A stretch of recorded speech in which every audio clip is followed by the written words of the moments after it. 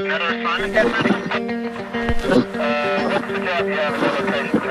capitalisme engendre une dynamique permanente d'accumulation, de crise et d'innovation. I believe that open markets and free enterprise are the best imaginable force for improving human wealth and happiness. Je pense que les forces sociales et politiques sont les forces centrales dans la dynamique du capitalisme. Did you ever have a moment of doubt about capitalism? Is there some society you know that doesn't run on greed? How would Smith see the economic world around us? I think Keynes would have said the problem is the hole in the economy. Hayek really wrote The Road to Serfdom as a warning. You always have to be careful with Marx about the one-liners. Polanyi, for me, was an intellectual earthquake. I mean, if I had to stereotype Ricardo, I would say he would look like George Soros. Si vous retournez chez Adam Smith, Marx, Schumpeter, vous avez des embryons de mécanismes vous permettant de comprendre la crise actuelle. We were told that capitalism is the product of big thinkers and big ideas. But is it true? How did ideas shape our lives? What is their relation to reality? Can they help us understand today's economic crisis, let alone the future of capitalism?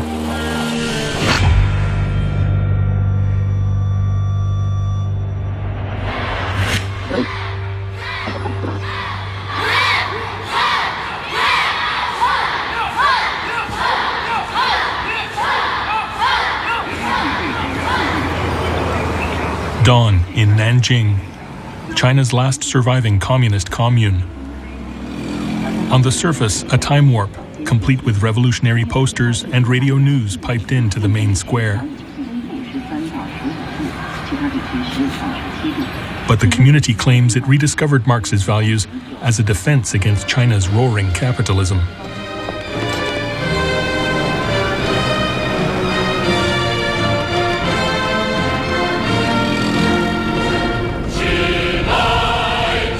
London's financial centre.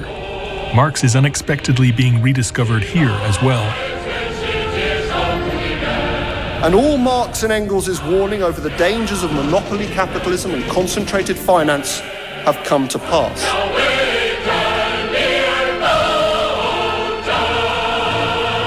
And we thought he was gone forever. With the collapse of the Soviet Union and the fall of communism, that system of government was consigned to the dustbin of history, and Marx was thrown out along with it. So is it possible that we misread Marx? Is it possible that his insight into 19th century capitalism has more relevance now than in past decades?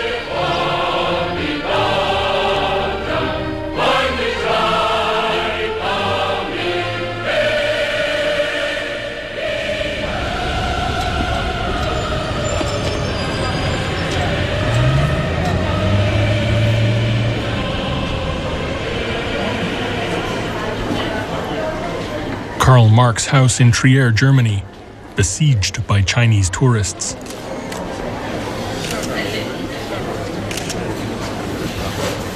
Karl Marx was born in 1818 in the Rhineland, which is the westernmost province of Prussia. It was an interesting part of the Greater Germany because it had been occupied by Napoleon. And so it had been initiated in the ideas of the French Enlightenment. And that was the milieu in which he was raised. I can feel no regret, wrote a young woman to her loved one. I shut my eyes very tightly. Once again, I lay close to your heart, drunk with love and joy. A romantic love letter like so many others. The innocence of the early 19th century in a provincial German town. The only difference is that the man the letter was addressed to was Karl Marx.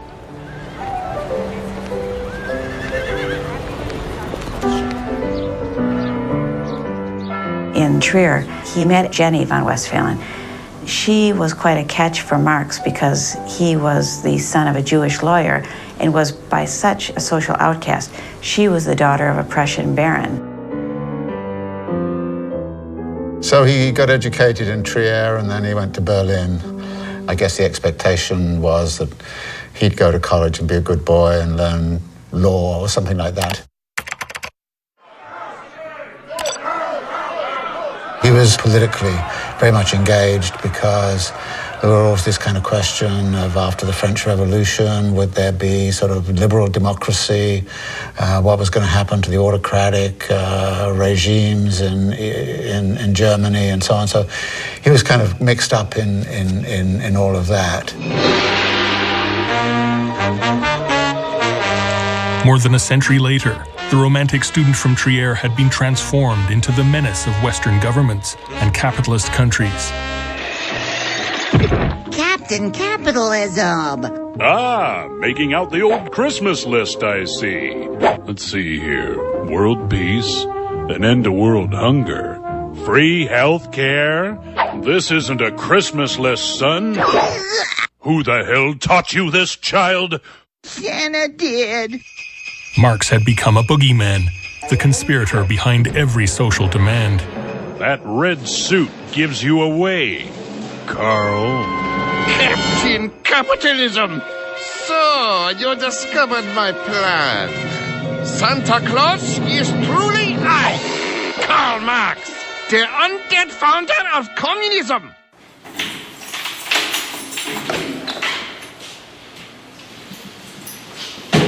The reason for this radical transformation from a promising young student into a dangerous revolutionary can be found in the basement of the Trier Museum, kept in a safe.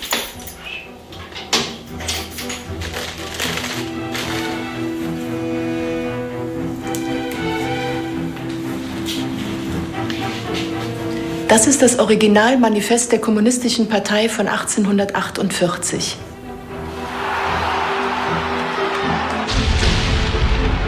In that year, Europe erupted in popular revolts.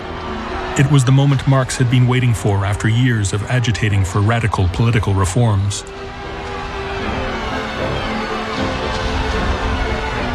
A specter is haunting Europe, opens the Communist Manifesto. The specter of communism. All the powers of Europe have entered into holy alliance to exorcise this specter.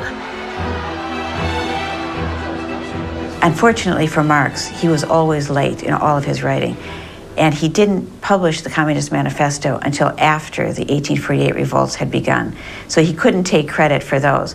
But in fact, the Communist Manifesto was sort of lost in the revolution and was only rediscovered later. The story behind the Communist Manifesto did not begin in the 1848 revolution, but in Paris 5 years earlier, when Marx met Friedrich Engels, the revolutionary son of a wealthy industrialist. They met at a Paris cafe that was known worldwide as being a place where chess masters matched wits. Marx and Engels spent 10 days and 10 nights talking, and at the end of that time, they came out feeling that they were completely in agreement in all things. And the beautiful relationship was born.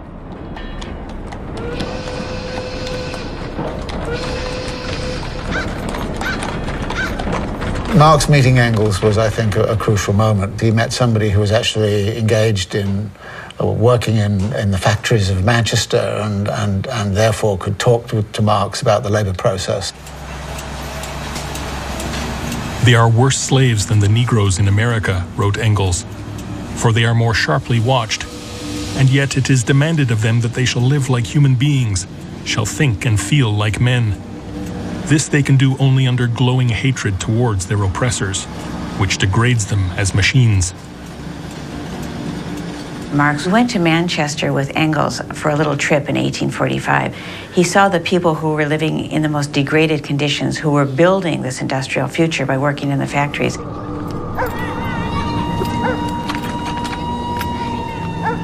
He saw the families that had been torn apart by the factory work, the mothers who had to give their infants opium in the morning so that they could go off to work and assume that the children were going to be drugged all day and they wouldn't have to be cared for. For a man like Marx, a social and political theorist and an economic theorist, to go there would be to walk right in the laboratory of humanity, of industrial humanity. While in 1848 the Communist Manifesto was ignored, In 1917, it was the blueprint for the Bolshevik Revolution and its global ambition. Ever hear of Karl Marx? In his mind, communism was born more than 100 years ago. Marx has now been transformed into a global threat. This is the Kremlin, citadel of Russian communism. Looking closer, we see a public display of giant portraits of communist leaders. Here was a new face, but in the background was an old one, Karl Marx.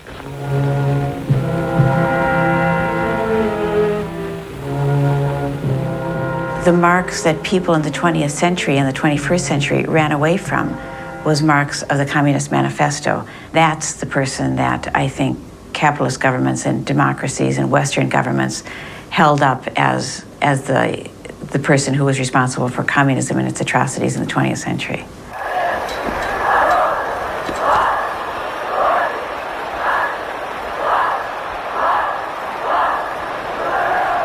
So maybe we got it all wrong. We focused so much on the revolutionary message of the Communist Manifesto and ignored the bulk of the document, which analyzed the real revolution that Marx wrote about, capitalism.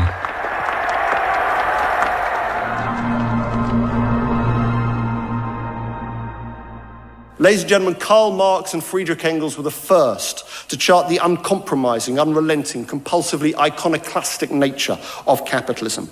It has pitilessly torn asunder the motley feudal ties that bound man to his natural superiors, and has left remaining no other nexus between man and man than naked self-interests, than callous cash payments.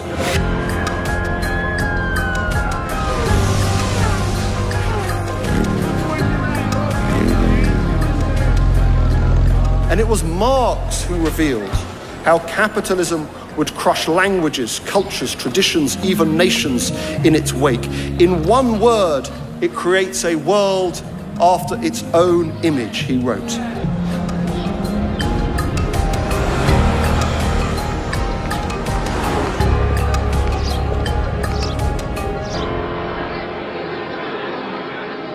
I would like to suggest to you that Marx has rarely seemed more relevant. Marx's stock resurges on a 150-year tip was how the New York Times marked the 150th anniversary of the publication of the Communist Manifesto. A text which more than any other, as they put it, recognized the unstoppable wealth-creating power of capitalism, predicted it would conquer the world, and warned that this inevitable globalization of national economies and cultures would have divisive and painful consequences.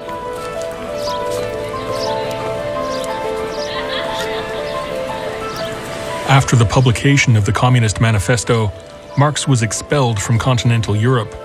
He was once again a refugee, this time arriving in London in 1849.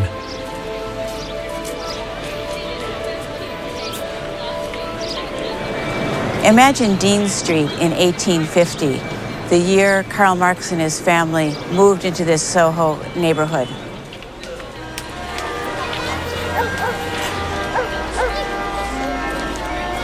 The streets were teeming with refugees, people who had fled failed revolts on the continent. They arrived in this country, some with only the clothes on their backs, many not even speaking the language. Marx and his family were among the lucky, but all they had, 3 adults and 3 children, were 2 rooms and an attic. And in those cramped quarters, Marx tried to make sense of what he had just experienced and what he saw on the streets around him. And next door, a brand new exhibition opened right at the time Marx began writing Das Kapital, an exhibition celebrating the achievements of the Industrial Revolution. It was a triumph of industry. Man's greatest achievements were on display. And so this was the dawn of a new era. King capitalism was on the throne. And yet Marx up in his garret was busily scribbling why the system would never work. Yes, it produced wonders, but it would also produce great destruction.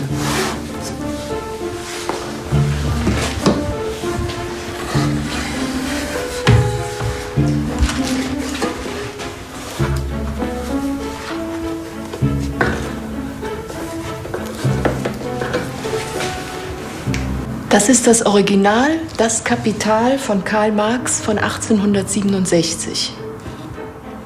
I teach Marx, and the question I always ask is, what can we learn from Marx? And what do we have to do for ourselves? And I think that's a very important question to ask, because very frequently in the past, people have read their Marx and then sort of, I don't know, plugged reality into it and then said, here's the answer. I don't think you can do that. I think there's only a limited set of things we can learn from Marx. Paradoxically, we can't really learn that much about socialism or communism or the future from Marx. We can learn a great deal about how capital works. The wealth of societies in which capital modes of production prevail presents itself as an immense accumulation of commodities. Our investigation must therefore begin with the analysis of a commodity. Karl Marx, Das Kapital, Volume 1.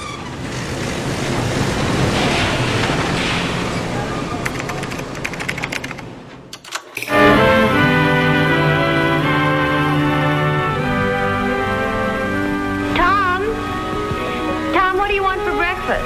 What'd you say? What do you want for breakfast? I don't care. A commodity is, in the first place, an object outside of us, a thing that by its properties satisfies human wants. Why can't he make Das Kapital. Oh, well. While she gets Tom's breakfast, let's take a closer look at that pan. The iron ore for that pan came from the Mesabi Range. So let's start there and see what happened. Maybe it'll give us an idea of just what it is we have. Now, what Marx does in Volume 1 of Capital is have a little section called the Fetishism of Commodities. And what it basically means is that our daily experience doesn't actually tell us or give us all the information we need to understand how a system is working. Our daily experience is we take some money and we buy a commodity and we take it home. That's our daily experience. But that doesn't tell you anything about the labor that went into the commodity. It doesn't tell you anything about why it is that this commodity costs twice as much as that commodity. And Marx is kind of saying the market system disguises all of those social relations.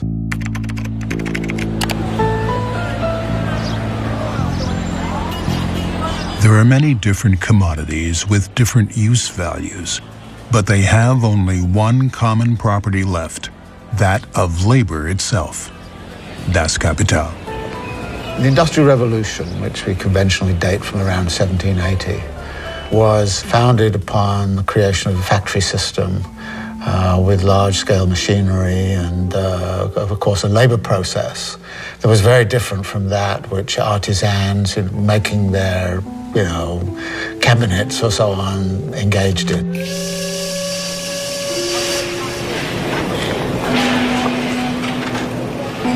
This conversion and this rise of industrial capitalism from 1780 onwards was, in Marx's view, a crucial transformation. The worker is related to the product of labor as to an alien object. The more the worker spends himself, the more powerful becomes the alien world of objects which he creates. The poorer he himself, his inner world, becomes. Karl Marx.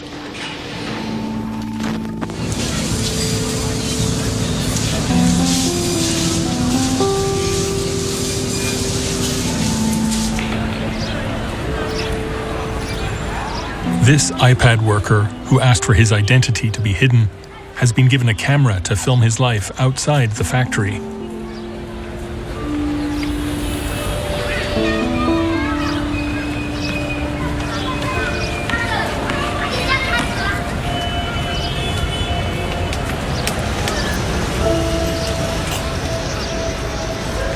Once, these workers were peasants, with a connection to the land and its products. Now they're part of an assembly line. Alienation, argued Marx, is built into the manufacturing process of commodities. 翘首以盼，都就是等待一种车过来，等待一种回家的一种场景。我有时我也会想到，我说自己从家里打工做着那种，也是跟这种就是火车吧，也是跟这种是一样的，3万元的一种车来到广东。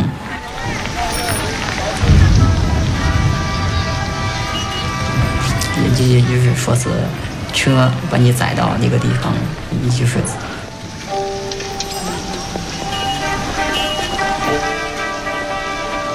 To Marx, it's the idea of living labour, which is so crucial, which distinguishes him very much from the classical political economists who saw labour as a fact of production. They call it a factor of production. It's a thing which gets put into production and then produces something. For Marx, it's not. It's a process.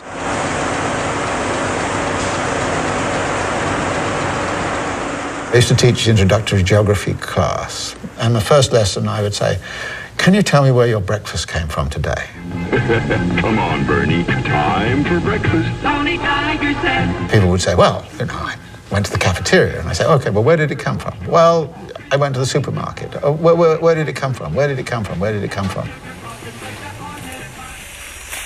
After a little while, I get them to go back and start to think about the person cutting sugar cane in the Dominican Republic, and that sugar gets on your breakfast table, and you have a relationship with that person who is cutting the sugar cane. But the market doesn't tell you anything about that. It disguises all of that.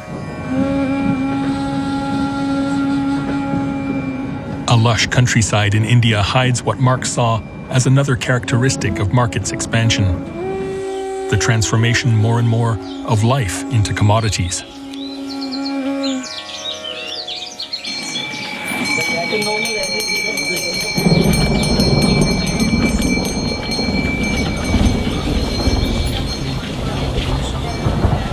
This group of cotton growers banded together to fight the invasion of their fields by genetically modified seeds.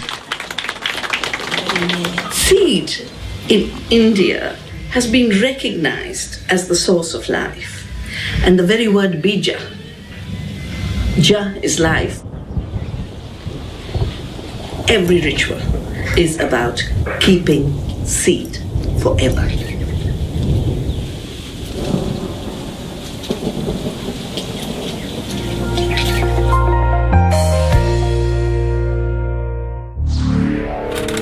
Those seeds have now been genetically engineered and made into a commodity which farmers are encouraged to buy annually with the promise of higher yield.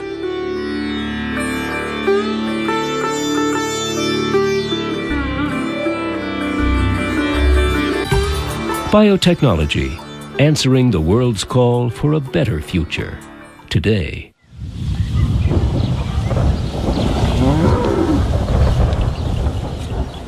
For some of these women, the new promise of the commodity of seeds turned into a nightmare.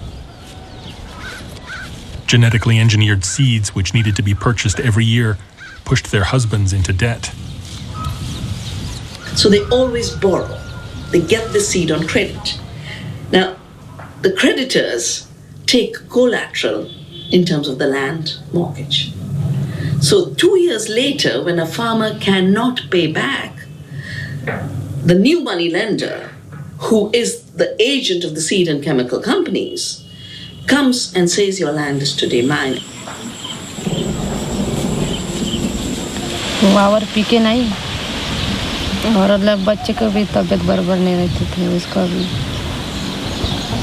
वो कर्जा बहुत हो गया था खेत पर खेत पिकता नहीं था उसने औषधि ले लिया कितना कर्जा आपको नहीं बोला ना कभी नहीं सांगेस नहीं दे They don't tell their wives the seed has got us into debt. When they get into debt, they're ashamed. When they know they're losing their land, they're shocked because the bond with the land is still vital for a peasant culture. That's the day a farmer will drink pesticide to end their lives. And the figure has now hit 260,000 suicides.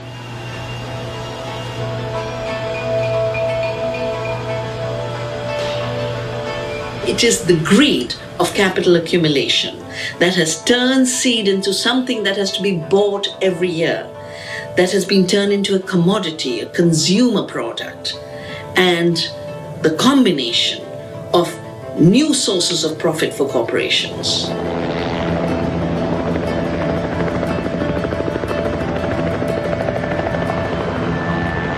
I think that the idea of life as a commodity, really, it's interesting because is a cow a commodity or a pig?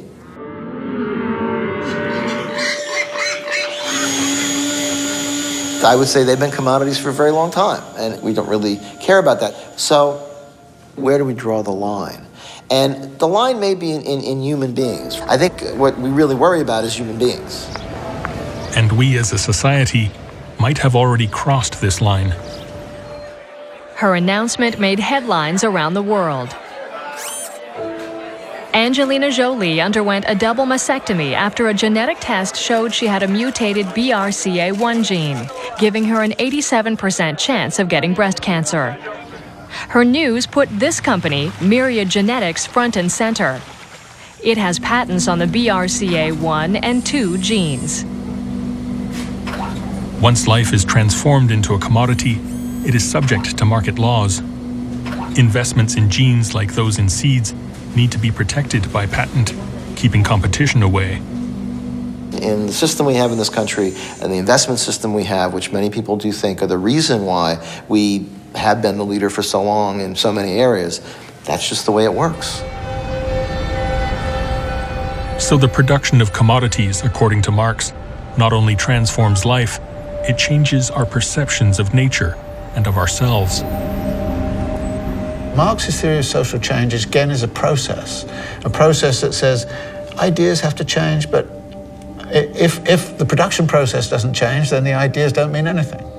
The production process can change, but if the ideas don't change, it doesn't mean anything. So it's the relationship between the production process and the ideas and the social relations and the institutional arrangements, and daily life has to change.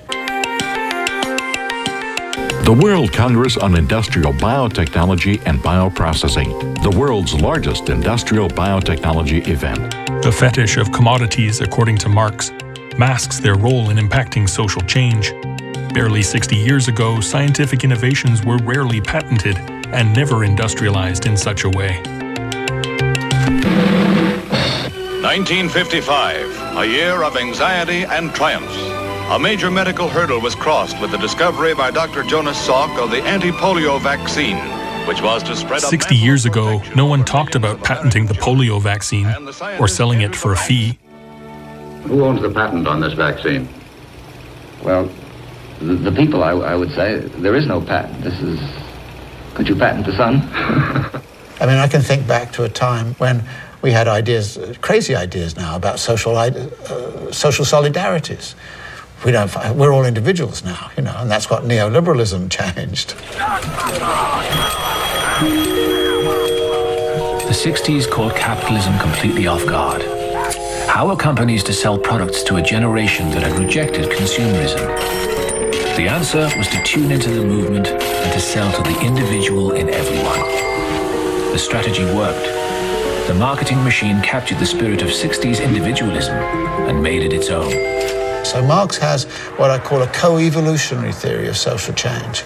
And to the degree that capital is a permanently revolutionary configuration, so we would see movements in ideas, movements in social relations. Leaving ideology behind, we now derive a sense of personal identity and empowerment from the goods we purchase and consume. Go on, break the rules, define who you are. With our sneakers. By the time you get towards the end of Capital, Marx does something interesting. He comes back to the idea of fetishism. And the big fetish is, of course, the money form and the credit system. Do you have money jitters? Ask the obliging Bank of America for a jar of soothing instant money, M-O-N-E-Y, in the form of a convenient personal loan. Available now at Bank of America.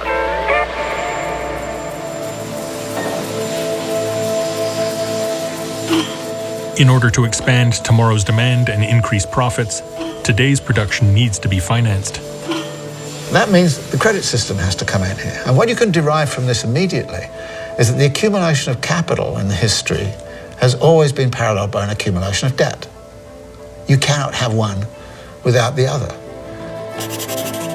A large portion of this money, capital, is always necessarily purely fictitious. That is, title value, just as paper. Karl Marx, Das Kapital.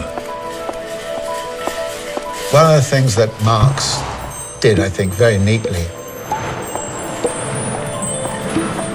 was to demonstrate fundamental and foundational underlying relations. And that underlying relation between the accumulation of debt and the accumulation of capital can be looked at in a number of very specific ways. I'll give you one example. Tract housing is being built. Where do the builders get the money to do it? They borrow money from a financial institution and say, give me the money and I will buy the land and I will build the housing. Okay? And then there'll be a rate of return on that and I'll pay you back. Now, in order for that to happen, they have to be able to sell the housing to somebody. Buyers out there, they go to the same financial institution and say, lend me some money to buy the house that you have financed the production of. This is fictitious capital at work, because the financial institution that has surplus money is actually funding both the production and the consumption of the housing. Right now, we are in a crisis where fictitious capital is all over the place. But what Marx does is this brilliant thing of saying, there's a surface appearance which is the fetish. I'm going to go behind it and actually be able to describe to you the nature of this fetish, which creates this thing called fictitious capital.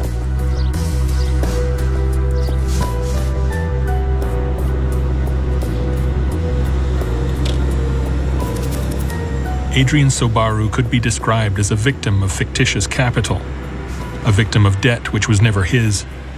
His story begins here in the Romanian parliament on December 23rd, 2011. Romania's parliament canceled a no-confidence vote on Thursday after Romanian electricians staged a one-man protest. C'est une journée assez particulière parce qu'il y avait une réunion importante du Parlement et on s'attendait à ce qu'il y ait des attaques politiques entre les hommes politiques, le pouvoir et l'opposition. Et puis à un moment donné, nous étions tous dans la rédaction et nous avons entendu une collègue qui a fait « Ah, il s'est jeté !» Doamnelor și domnilor senatori și deputați, distinși colegi, membri ai guvernului. Et là, il y a eu des bruits un peu bizarres à la télé parce que même les télés qui transmettaient en continu ne s'attendaient pas à ça. On a entendu des bruits, on a vu des images, on ne comprenait pas quoi, on ne savait pas qui s'était jeté, pourquoi, qu'est-ce qui s'était passé. Urgent, vă rog, urgent, asistență medicală pentru... On his t-shirt he wrote, "You have gunned us down. You have killed our children's future. You can take away our money and our lives, but not our freedom." Dimineața aceea, pe la 3-4 dimineața, m-am trezit din somn și am făcut tricou. Gestul meu nu avea niciun efect fără tricou acela. Știu doar că în momentul în care am zis să fac protestul, înainte să deschid nasul de la cămașă, fiindcă, practic, nu te certai cu o persoană. Te certai, practic, îți spuneai în spate un sistem. Un sistem care te anulează în orice secundă.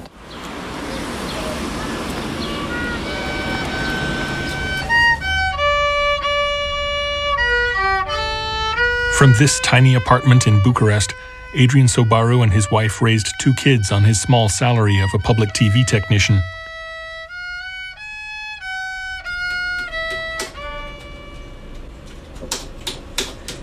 After 2011, his salary was cut by 25%, and so was the financial help for special education for Calin, their autistic son.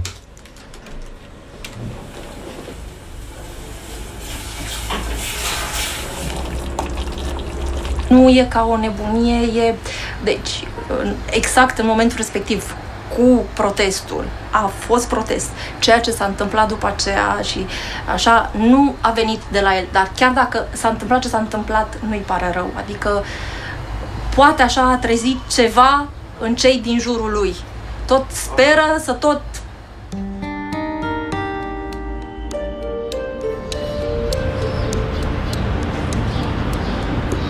How and why did the debt of his country lead to Adrian Sobaru's desperate act?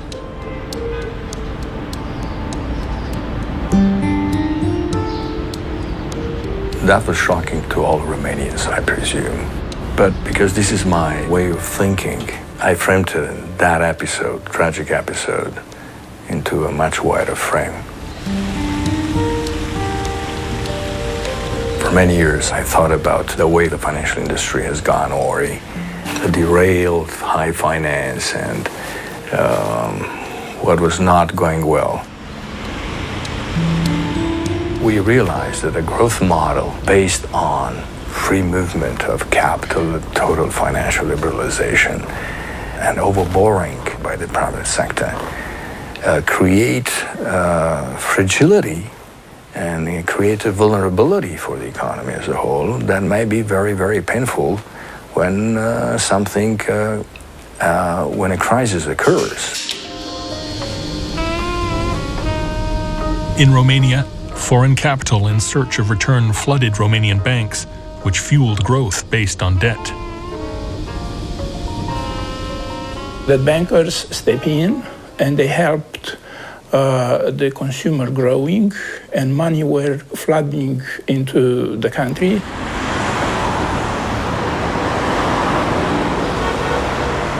A lot of foreign savings flooding into Romania via banking channels, and they reached the Romanian consumers, and everybody could afford buying new things like cars and houses. And then that people thought that, we have reached the market economy and we can afford more. But actually, there were too much expectation and maybe some false expectations. Romania, now the latest European country wrestling with violent protests over budget cuts and financial issues. The bubble finally burst here, as everywhere. Debt, as Marx foresaw, is a form of fictitious capital. As a public employee, Adrian was never part of the boom. But when the bubble burst, the state turned against its weakest citizens.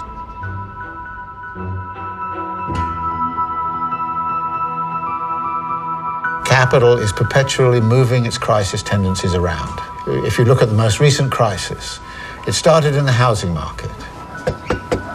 If deputies Alan Mathias and Derek Steverson come to your door, your house no longer belongs to you.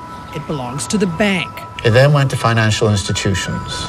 There's blood in the streets, and no one knows when the bleeding stops. It then became state debt. It's now being pushed onto the people. But people are not in a position very frequently to bear that, so it's now moving back to the financial institutions in some instances. Marx is, I think, very good at giving us a sense of how this moves around. And as it moves around, of course, it engages in a process of destruction.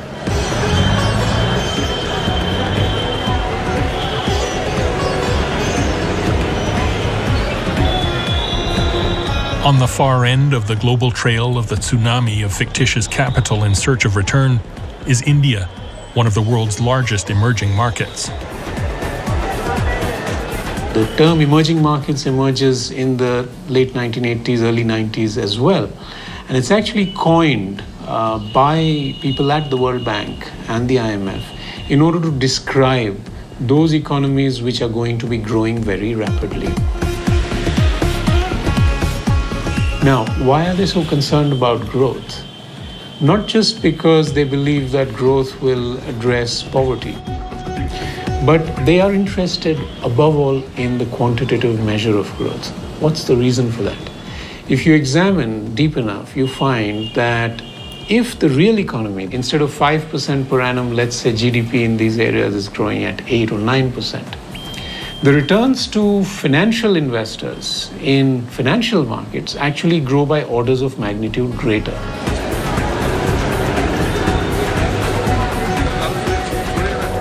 So India in 2009 was third most lucrative stock market. The Bombay Stock Exchange was actually yielding annual returns of, on average, about 48%, which is remarkable. So what you actually notice is that India has become an outpost of global finance capital. Finance capital, which Marx called fictitious, is said to have lifted around 200 million people up to the middle class, but left behind an estimated 800 million more, surviving on $1 a day.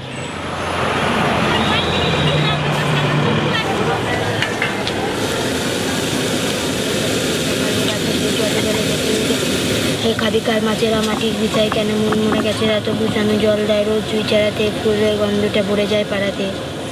pense que le monde dans lequel on est en ce début du XXIe siècle ressemble beaucoup au monde qu'observe Marx au XIXe siècle. Il y a un vrai souci par rapport aux inégalités de son temps dont les économistes d'aujourd'hui feraient bien de s'inspirer.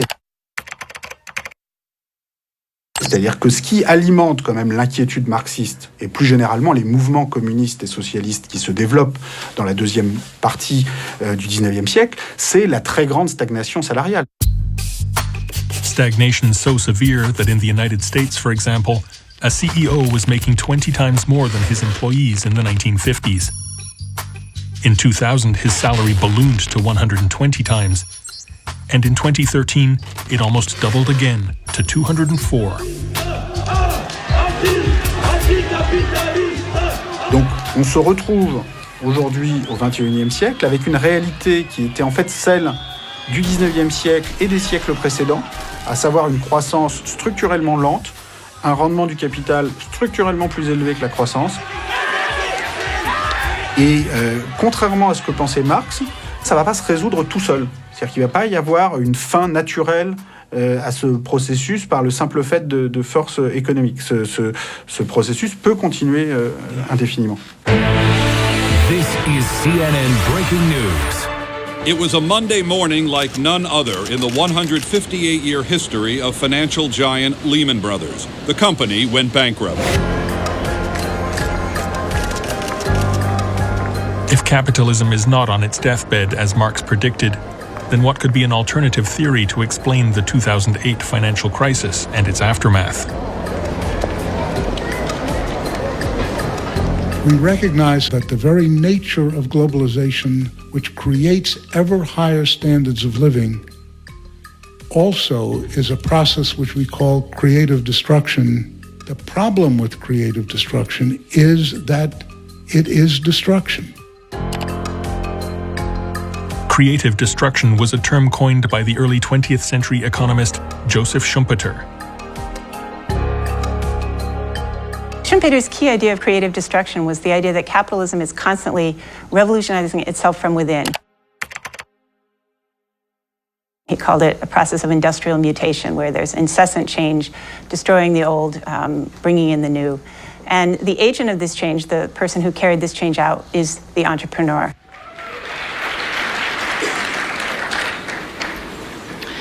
Every once in a while, a revolutionary product comes along that changes everything.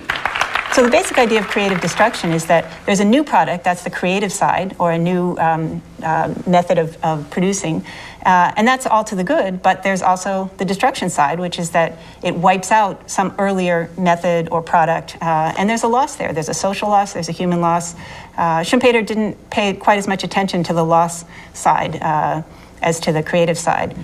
Today we celebrate the first glorious anniversary of the information purification directives. We have created, for the first time in all history, a garden of pure ideology. Je crois que Schumpeter partageait avec Marx l'idée que le capitalisme est dynamisme. Et, par exemple, dans son histoire de l'analyse économique, Schumpeter attaque complètement les théories de l'équilibre. Il n'y a pas d'équilibre. Le capitalisme, c'est le déséquilibre permanent. Donc il est complètement d'accord avec Marx. We are one people, with one will, one resolve, one cause. we shall prevail. On January 24th, Apple Computer will introduce Macintosh. And you'll see why 1984 won't be like 1984. Pour lui, le déséquilibre est créé par le fait que des entrepreneurs inventent des nouveaux processus, des nouveaux produits, des nouvelles commercialisations qui déstabilisent l'ancien système. Donc, il complète Marx par le fait qu'en plus de l'accumulation, il y a le fait que le capitalisme, par son innovation, détruit lui-même la valeur du capital passé. So are we in the midst of a crisis which is part of an endless cycle of creative destructions? Or in the midst of a system which, as Marx predicted, is indeed in a terminal downward spiral? It was probably the weekend before Lehman's went bust, and it's normally a little bit noisy, but at the time it was, you could hear a pin drop. It was that deathly quiet, and I could almost feel, that the global system was frozen, and it was quite a scary thought. It took me back to a lot of the things that I used to read about and study when I was much younger, the days when I actually read Marx for fun. And all Marx and Engels' warning over the dangers of monopoly capitalism and concentrated finance have come to pass. So why then no total collapse of capitalism? Because right around the world, governments have been forced to bail out the so-called free market. We have bailed out the banks, we have subsidized industries, we've sorted out the insurance sector, we've underpinned financial services. It is the forces of collectivism which have saved capitalism. In 1991, socialism died, at least communism in the Eastern Bloc. In 2008, capitalism died. When I was a young student of economics, the great debate was between socialists who believed in central planning and Hayekians or liberals who believed in the miracle of the market, in organizing economic activity. The argument of the pro-market theorists was that capitalism is a Darwinian struggle where the fittest prevail and the less fit, the more inefficient, the least productive and profitable perish. The New York State Attorney General says that Citigroup, Merrill, and 7 other banks, which got $175 billion in tax-funded bailout money, paid out $33 billion in bonuses. Well, what happened after 2008 with the particular ways in which the bankers were saved was Darwinism inverted. The more unsuccessful you were as a banker, the greater your bank's losses, the greater the support you got from the taxpayer, and the more successful you became at extracting from the rest of society the surplus that the rest of society was producing. So we have a new regime which I call bankruptocracy. It's the rule by bankrupted banks.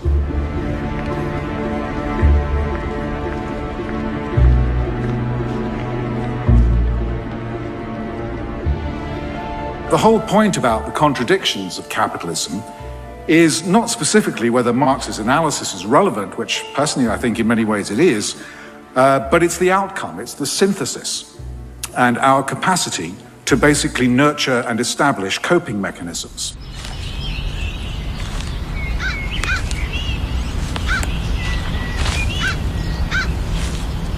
On Marx's tombstone, as you'll know if you've been there, there's an inscription taken from the Theses on Feuerbach, which says, "The philosophers have only interpreted the world in various ways. The point, however, is to change it," which is precisely what our antecedents have done by developing coping mechanisms like institutions of the rule of law, limited liability companies, trades union, mutual societies, insurance, welfare, and technological discoveries that drive productivity, income, and jobs. Finding those coping mechanisms is an endless task, and we need to make more progress.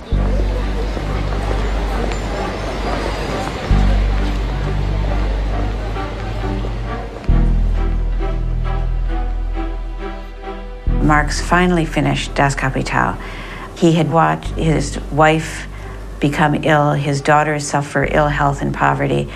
He had buried now 4 children by the time Das Kapital was published. And the family waited for the recognition that they all believed he deserved for a book that they thought would not only change their lives, but would change the world. And nothing happened. When Das Kapital was published, Engels and the family frantically started writing reviews in order for it not to be ignored. But their reviews were the only ones really that were written. Marx never really recovered. He died on March 14th, 1883, 2 years after Jenny. Only 11 people showed up at his funeral. Friedrich Engels eulogized him. On the afternoon of the 14th of March, 1883, at 2:45, Engels said, "The greatest living thinker ceased to think."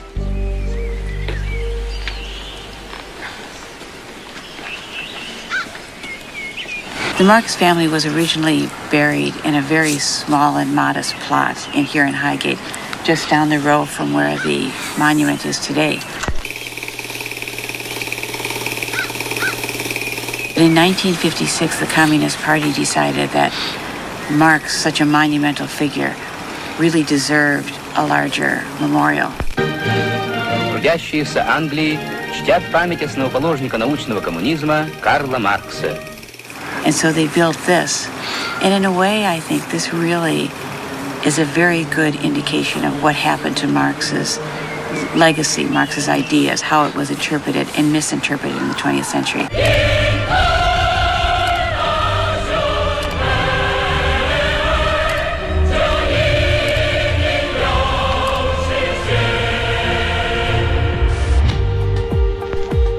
In 1929, capitalism seemed to be on its knees, and Marx's prediction came closer to fulfillment than ever. 2 individuals had diametrically opposed ideas of how to save capitalism from itself. The debate between them has shaped the past century and is still raging today.